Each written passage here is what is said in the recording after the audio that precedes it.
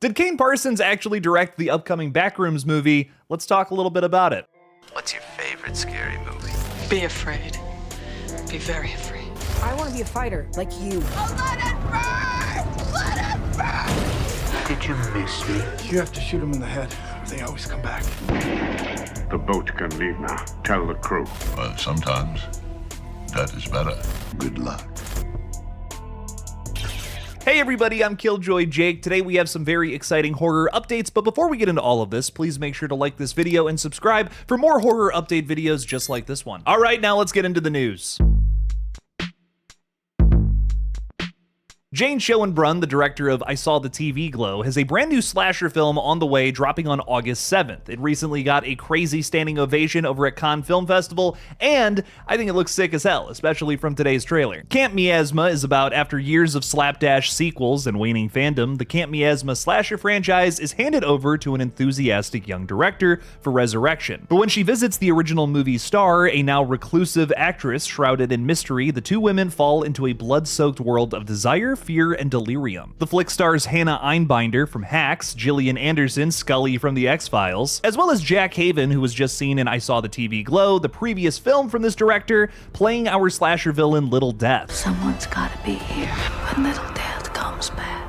Little Death isn't real. Just like all of the other movies from Jane, all of the visuals here are just so goddamn striking, especially the way this slasher villain looks with the square head. The trailer showcases some bloody stylistic kills as well as an age gap romance. The flick has been described as a mixture between Portrait of a Lady on Fire with Friday the 13th, and that has me really excited. Those are like two complete separate alternate universes that I never thought would come together. On a final note, Mubi is slowly becoming a really interesting company to look out for some of their releases. I'm so excited for this flick dropping on August 7th of this year, definitely gonna be one of the better flicks to end the summer with, but they're also currently working on a new version of Maniac Cop from the 80s. I've never seen the original Maniac Cop, but I did want to mention it here because I do think that's exciting. I'm gonna do some research and we'll talk more about that one in the future. If you guys haven't heard of this movie, I highly recommend you look into it. This is a movie that is not being talked about enough and deserves some more love. Bring on August 7th, baby. A brand new shot has been released from Insidious Out of the Further. This is the 6th entry in the Insidious franchise, and it doesn't really show us all too much. While the initial trailer showcased a ton of the familiar demons from franchise past, today's picture is just kind of showing us some scary looking old people, I guess. The new image coming from Collider shows some of the entities that have escaped into the real world. Maybe they're carrying around that oxygen tank for the man who can't breathe. My hope here is that they're just not showing us any of the other demons being teased to us in this flick. We've had teases of the man who can't breathe, Keyface from part 4, the lipstick demon, of course he's gonna show up in this movie, come on. And also some more obscure entities like the smiling shotgun lady from the first film. I'm personally really excited to see director Jacob Chase take the Insidious franchise in a totally different direction with a storyline that we've never really tackled before in this series. Out of the Further is going all out, at least I hope, on August 21st. Stay tuned for more updates. If you guys have been watching this page for the last couple of weeks, you know that we have been absolutely obsessed with Obsession, a movie that is breaking all kinds of records now, and I think is easily my favorite horror flick of the entire year. Speaking of breaking records, Obsession had an impossible second weekend, where it rose 30% at the box office, where the majority of movies of all time have always declined during their second weekend. It was already super impressive that the feature debut from Curry Barker, made for less than $1 million, ended up grossing $17 million during its debut weekend. But then, just this past weekend, Obsession pulled in $23.9 million. And if you count the holiday on Monday, it pulled in a total of a little over 30. And as of today, Wednesday, May 27th, the film has grossed $84 million worldwide. It will surely crack $100 million, and with a $1 million budget, that's insanity. God, that is so awesome for an original horror movie, man. There's two other things that have been kind of going around of Obsession that I will also mention here. Some people are just now realizing that the phone call that Bear makes about halfway through the film, not spoiling anything, you saw this in the initial teaser trailer for the flick, the operator on the other line is voiced by Curry Barker. Now see, I clocked this the moment I saw that original teaser trailer because I've been watching That's a Bad Idea for a couple of years now. Anytime I hear Curry Barker's voice, it is instantly recognizable in this brain after seeing like 100 of their skits. But if you were wondering if the writer, director, and actor makes some sort of cameo appearance in the flick, yeah, he certainly does. It's a voice cameo, but a cameo nonetheless. And we're gonna talk about this a little more in the Backrooms section of today's video. video, but yes, Curry Barker did direct this movie. No one ghost directed it, you fucking weirdos. People are trying to make some claims online that the 25-year-old Curry Barker didn't direct this movie, and also that the 19-year-old Kane Parsons didn't direct Backrooms. Personally, I think these are just some fabricated rumors coming from people who are greener than the grass they never touch. We'll talk more about the Kane Parsons situation in a sec, but first, let's get into the POOHNIVERSE.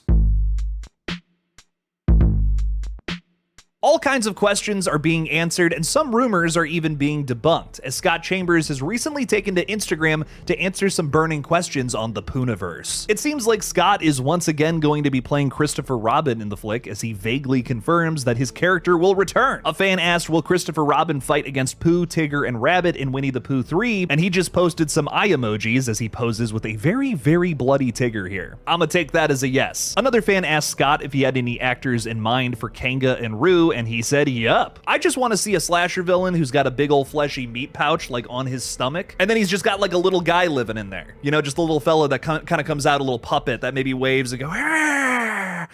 Another question that came through was, would there be a scene in the POOHNIVERSE that will make people say, holy fuck, no way? Scott answers that by saying, yeah, it'll be the fact that literally anyone can die. Lead characters, lead monsters. Anyone you grow to love could genuinely get it. We won't play any of it safe. I'd also like to note here that the actress in question is playing someone who is pregnant, as we can see, and also has blood on her face. So not only will some beloved characters die in this upcoming movie, but I also think that we're gonna get some brutal and upsetting deaths. Jesus Christ. And finally, a fan asked if Owl and Piglet will have redesigns in the POOHNIVERSE flick, which is not Winnie the Pooh Blood and Honey 3. Scott confirmed that Owl will return here, saying Owl for sure. Owl is like one of my favorites, dude. He made a really big impression, I feel, in part 2, and I really hope he comes back in some capacity. It doesn't seem like he's coming back for Winnie the Pooh Blood and Honey 3, or if he does, he's only gonna be here for like a second. Sounds like this is just gonna be a Pooh and Tigger adventure. I'm really excited to see this slasher film, but before that, we have Pinocchio Unstrung dropping on July 24th. This will be the 5th entry in the TCU, followed up by Winnie the Pooh Blood and Honey 3, then followed up by POOHNIVERSE Monsters Assemble. So we got 3 fairy tale slashers on the way, baby. I can't wait for all of them. Let me know which one you're the most excited for down in the comments below.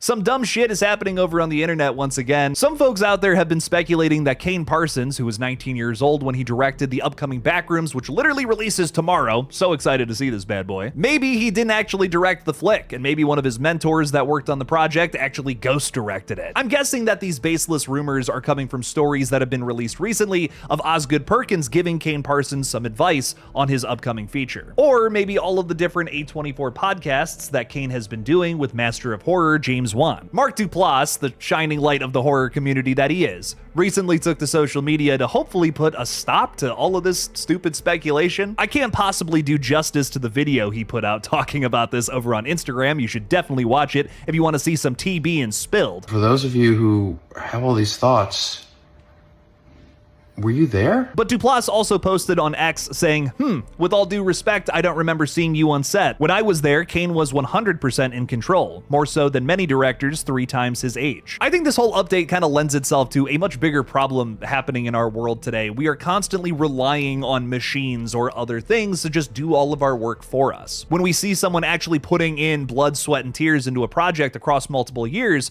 and when that person starts getting a whole bunch of success and praise like they deserve after doing all of that crazy shit, a lot of people just want to come out of the woodwork and try to tear them down. I think it's these kind of people that are also promoting things like ChatGPT that literally takes all the hard work out of actually creating art and actually making stuff that you would care about or putting your own style and spin on. Something I never see the AI bros talk about is how literally every single AI video I have ever seen has the exact same shitty look to it. Now, I haven't seen Backrooms yet, but I can already tell from the marketing for this film that this movie has so much personality and a very distinct style. That's something that non-creative people can't really get a grasp on. And when I say that, non-creative people, there's no non-creative person out in the world. There's just people who don't want to try to be creative. We're all creative. Y'all want to say, well, Kane Parsons is this and that, and I'm this.